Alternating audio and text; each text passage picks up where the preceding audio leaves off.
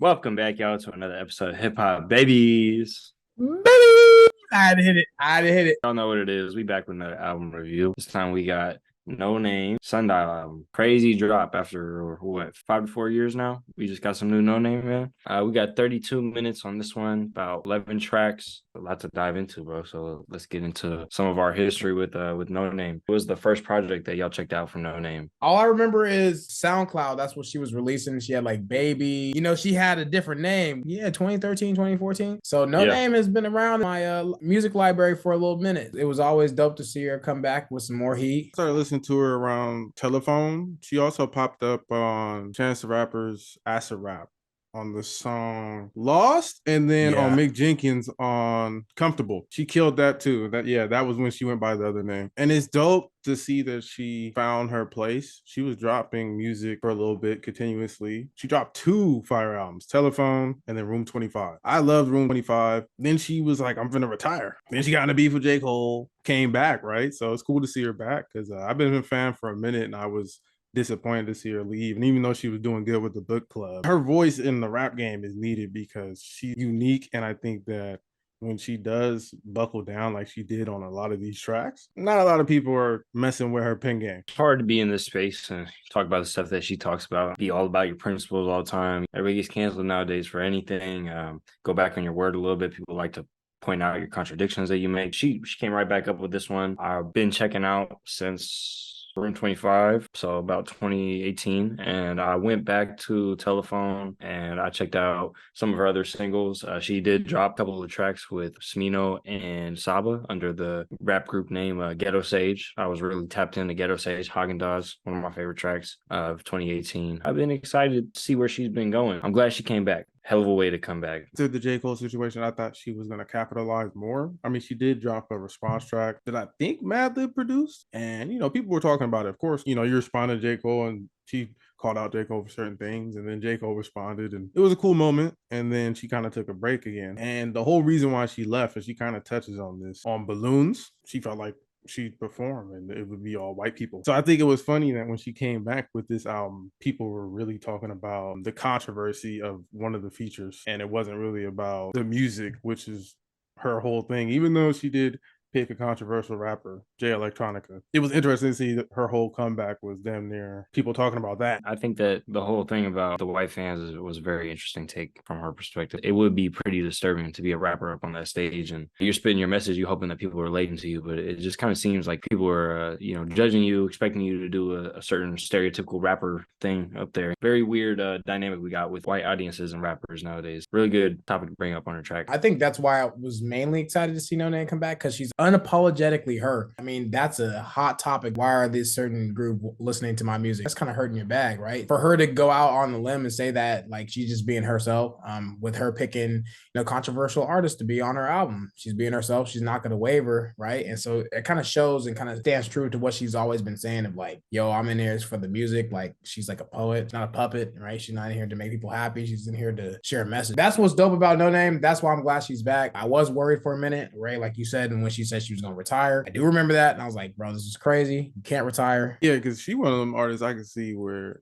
she actually retires and it doesn't come back, especially when the book club was popping. I can see that, especially if you're really disappointed with your fans. That's why you perform, right? For your fans. That's why you make the music. It's also interesting to think about, well, why did she come back? I definitely perceive Noname to be a person that when she says something, she means it. I mean, she's kind of showed us that throughout, her time being in the rap game. When she has an opinion about something, she doesn't waver from it.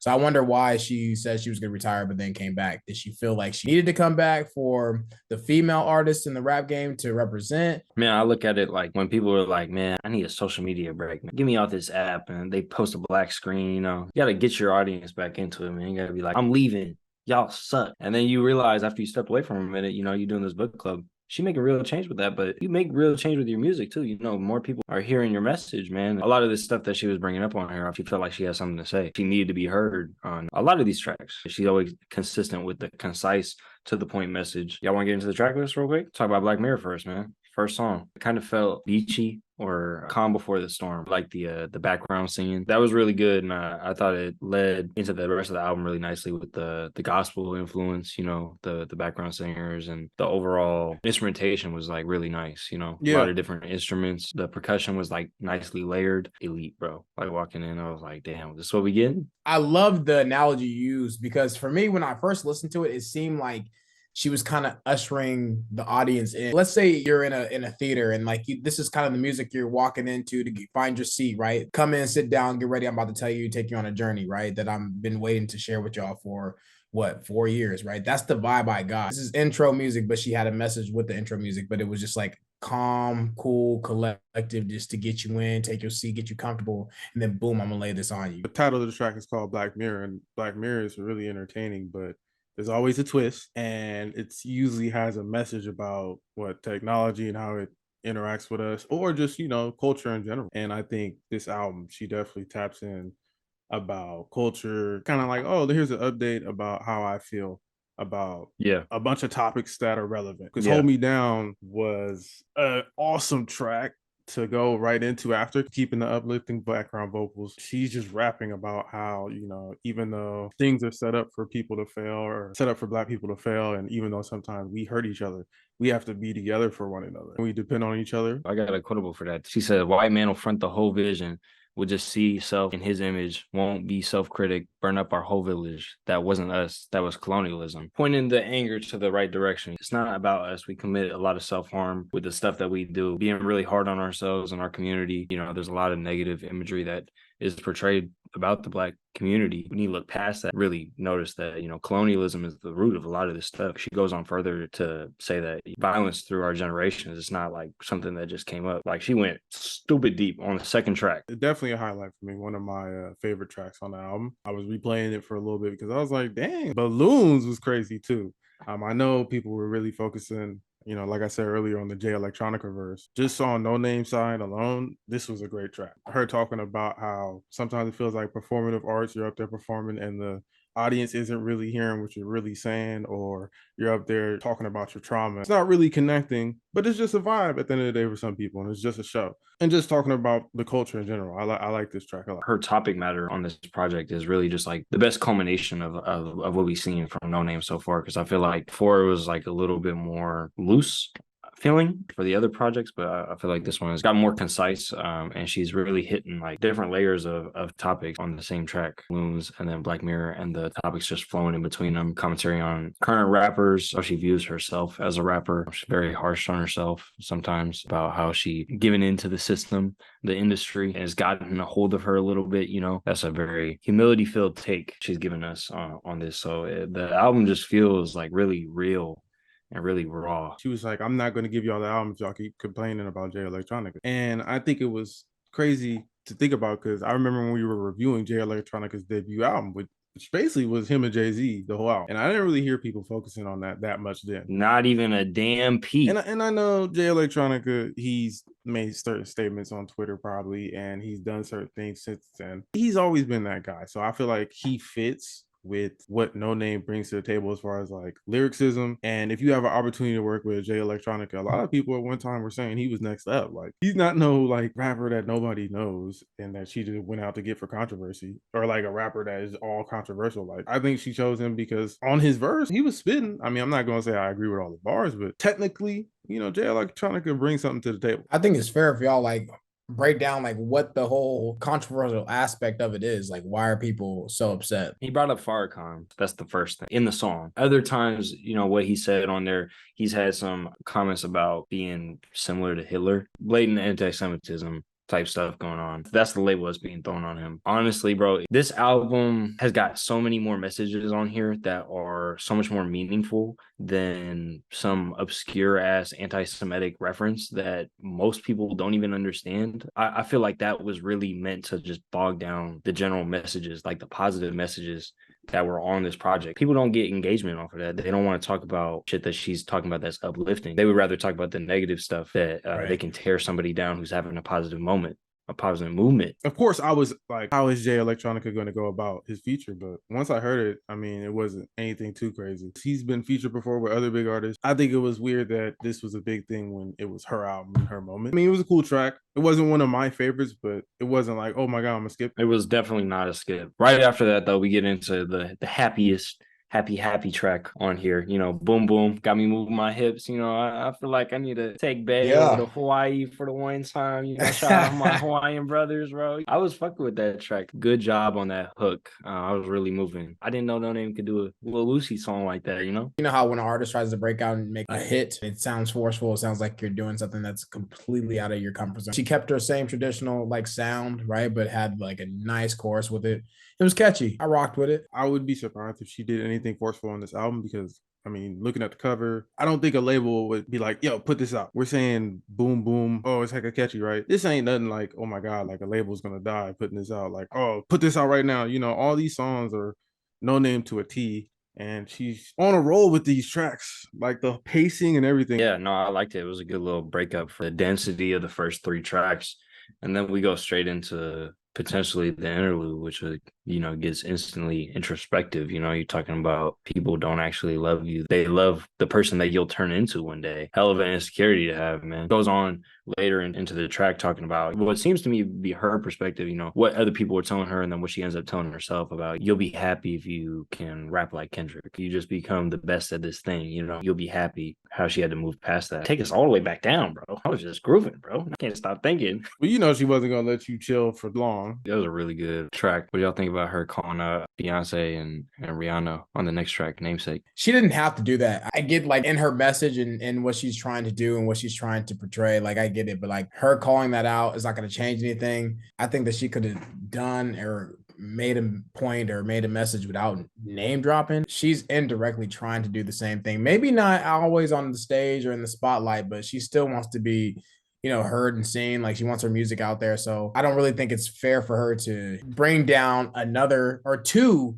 Black artists, right? That's my take on it. I think that she could have had her message shown and completely heard without having to drag 3 Black artists down. I would agree with that, but one thing about Noname is that she calls herself out. I think because of that, it's like, okay, she's just calling out names and basically saying her opinion.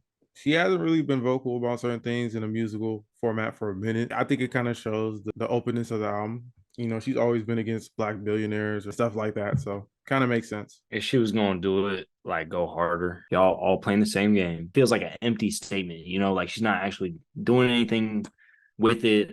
There's not a real critique there. It's just kind of like saying that Beyonce is the distraction so that people let the military industrial complex exist. Like, I don't see the correlation. It kind of fell flat for me. I think that was one thing about this album. You know, after coming back for so long, she does jump around, even though I like the pacing.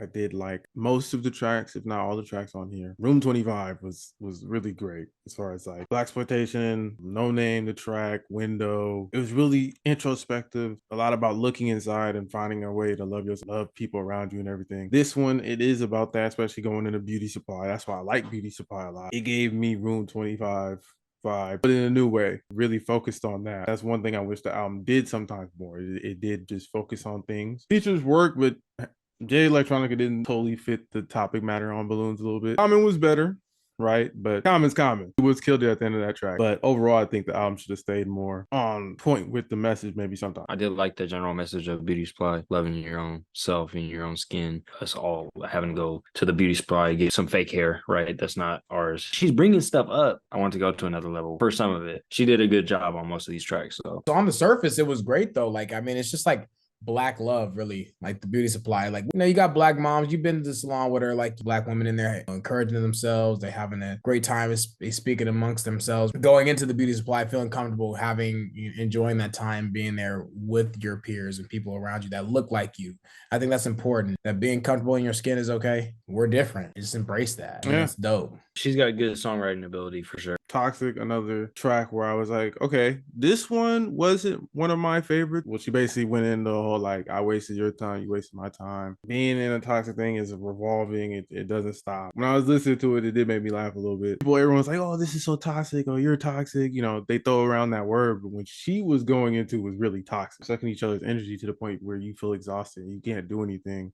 And it's like, dang, like I wasted all this time with you and I'm putting all this effort, but I can't let it go because if I do, I wasted all this time. It was an interesting track. The chorus, I guess if you call the chorus, when she was like, had a whole baby on me and then F you, like, Yeah. I was trying to connect with it and trying to just figure out like where she's going with this. But I know there was an underlining meaning. It was an interesting listen. Wouldn't say it was a bad track. She needed her turn at making a We Cry Together track. That's the kind of vibe I kind of got. I was just going to say that. So I'm glad you mentioned that. This is definitely going to be the main call and response track of the album. That chorus, like you said, bro, my girl, she already on that, bro. She screamed them lyrics, bro. So she feeling it, bro. So, I mean, it's good to somebody, bro. After Toxic, we had Afrofuturism, dope little track. Thought that was a cool little, concept that she tweaked around. Right after that, we get into gospel, bring back the church influence, man. So I need my boy AC to give us the complex breakdown of the choruses and what was happening in that church when this song was recorded. Please go ahead, AC, let the people know, bro. God will make a way. You know what I'm saying? This was a great track. I enjoyed how she kind of brought church influence gospel theme back, right? It kind of started like that in a sense, and now she's kind of bringing it back towards the end. In the middle, there might have been like, I wouldn't say turmoil, but she was kind of going through things in her life, and it's kind of funny how at the end she brings it back as if like, I started with this, but in the middle there was some, rainy, rough days, right? And then at the end, right, bringing it up like God's gonna make a way after all these things that I'm going through. He's still gonna make a way. Difficult times may come. That's how I took it. I think it was a dope track. This was the second to last track. There's one more after this. I honestly think this could have been the closer. I think that would have fired if she had this as a closer. That's just my opinion. You wanted to end on Billy Wood's dark ass verse.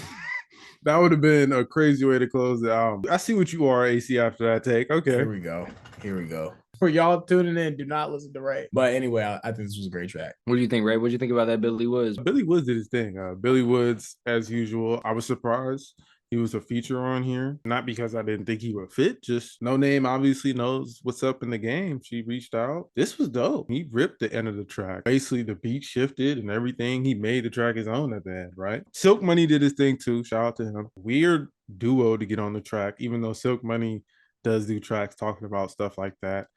He also does playful tracks. Some of his tracks pop up on TikTok, at least when he was in the group. So I think it was funny to see him on here too. Odd combination. However, I like getting Billy on here. Conspiracy theories, because that's what Silk Money was kind of talking about too. Conspiracy theories. Fugees are FBI because one of them got called out for being an informant. So they were just kind of talking about conspiracy theories, or even though we have faith and stuff, sometimes the white man's lies or everything corrupts everything. Even our faith, sometimes they put things in there that aren't supposed to be in there, and you have to be aware.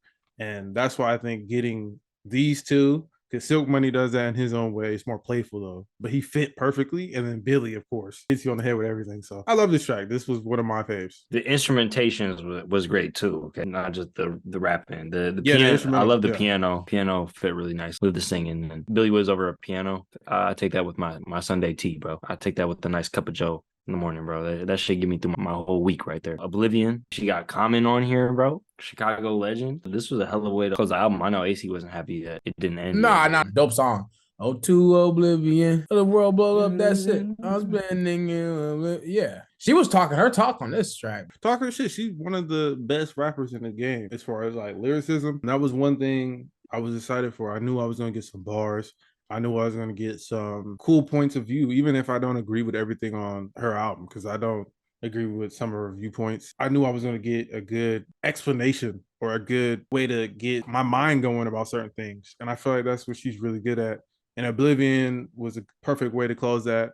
Bringing Common on, because Common was really good at that for his time. And these two are both from Chicago. So I love that she was able to get him on here and show out, because he did a good ass job on it. Shout out to Yanni too for the vocals and stuff, because she did great too. Second appearance, killed both of them. Common as well. I know that was probably a huge moment for Noname to get him on here. Common known for being one of the best conscious rappers out of Chicago, worked closely with Kanye West, all around genius lyricist, really did his thing. He got that doomer perspective. Really fucking with that, bro, because everybody need a little impending doom in their life to get up off their ass. So the way it make me want to dance too, bro, I'm like, damn, you foul for this, but I'm gonna turn up to the oblivion of the world that we're headed towards. She's definitely a little cynical, right? Just a little bit. Oh yeah, just a smidge. I really thought that this was a good moment for hip hop. It's one of the highlights of hip hop all year. So happy to get an album. I was worried she wasn't going to come back, and I didn't want to end it on Room 25. I really love that album, but I felt like she has more to say. And listening to this, obviously she did. I might not think it was her best project, but I'm happy I got it because hopefully it leads to more. And this album on its own is good too. She didn't let me down. I'm not going to say, oh my God, like it was great to me, because those other albums connected with me more on a personal level. But maybe this one will too. I still have some time left in the year, even though it's been out for a little bit. It wasn't as hit you in your face with every track all together. It was like more separately on a different level with some of them. But the pacing was good altogether, which is why I can't complain. I liked it a lot. Would you say that she held you down with this one? For surely. How you feeling, AC? How you feel about the album? It's a great album. I would agree with you though, Ray. It's not like Room 25 and Telephone for me, but I was in a different space though when I was listening to those albums. When I listened to it and how I listened to it could have affected how, versus where I listened to it and how I listened to this album. So there's different things that could play a part into why I think those albums are better, or it can just simply be better, to be honest. And I think that could honestly be the case. I'm not saying this album was a letdown at all. This was definitely great, especially for her coming back for, what was it, 4-year hiatus? 4 or 5 years. Something like that. Yeah, something like that, right? Totally happy with the album. Glad she's back. Hopefully she comes back with another album. Hopefully not that long. I'm definitely waiting for more. She has me, hooked. I'm still here, right? It's not like, I'm giving up on Noname. Whenever she drops something else, I'll be here to listen. For me, man, it's like MJ coming back to basketball, man. It's a return to greatness, bro. She really went off. I feel like I can relate to what you're saying, AC. I feel like when I was 16, 18, when Room 25 came out, I had a different perspective. And also a lot of the stuff that she was talking about was a little bit more taboo, abstract back then. I feel like her messages weren't necessarily as focused as they are right now. There's a little bit more room to look at those albums and be like, she has something here that was, in my opinion, more special because it had more interpretation to it, possibly. My mind was fresher. I felt like, some of these topics were really groundbreaking to me the first time I heard them. I'm 23 years old, man. I'm uncle now, bro. I know more about the topics that she's speaking on. I have a deeper understanding. So it doesn't hit the same in that regard, but I still admire the bravery that she has for speaking up for the matters in which she cares about. That's really something to respect about her artistry. And no Smino, no Saba. I was disappointed about that. A little disappointed they weren't on here, but it's fine. I'm not going to say they couldn't have fit, but I see what she was going for. You know what I'm saying? And also, I like this album as a whole, but I feel like Room 25 and Telephone, they had certain tracks that were like, God damn. Like this one has good tracks, but like this doesn't have a Shadow Man. For me on Room 25, it doesn't have a Noname, the closer on that album. I really love that. Window, it has different stuff, but the highs on the other ones were crazy high. I think this one was cool on a project level. You know what I'm saying? More so. Maybe that was just me. I agree. I feel like most Noname listeners would honestly agree. I don't know. It just was a different feel. I'm not sure if you can understand what I'm saying, but like when I listened to Telephone, it was just like a weird feeling. Like it was kind of like an out of body experience almost, right? Not trying to, glaze too much. Krispy Kreme over here, bro. Her sound is unique. Really? It's one of one. No one else does it like her. This album was unique. I don't know if it was less unique or maybe it was like after the wait, I wanted it to be more connected. I saw her do such good tracks on other albums. Like I wanted more of that on here. Still love this album. It was something that kept coming up when I was listening to it. To be fair, those projects have been out for a very long time. The one from 2016 came out SoundCloud, like AC said, SoundCloud era. Different time. Those projects had a certain mystique to them that has not been captured by modern music. Could just be a product of the time. Bro, she had tracks before Telephone.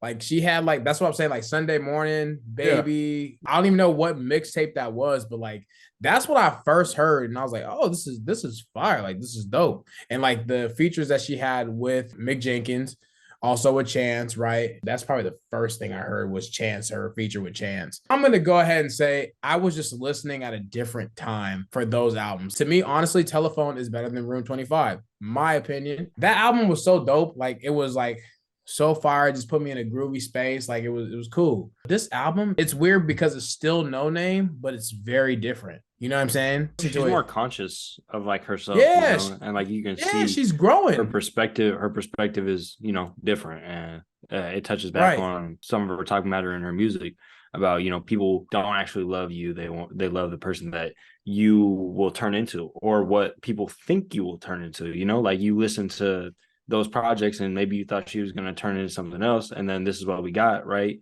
That is just a beautiful topic, you know. I'm just glad that she is sharing her music with us, and that, you know, we got something that was this good. And, you know, Billy Woods on here, bro. Are we being real common on here, bro? Amazing project. Don't dip again. Give us a few more albums. Don't do that, because a Fact. lot of these rappers who do the conscious stuff, they come and go, or they blow up and then they don't Yeah. do it no more. She's consistently, even when she was called out by J. Cole, everything, she retired and came back.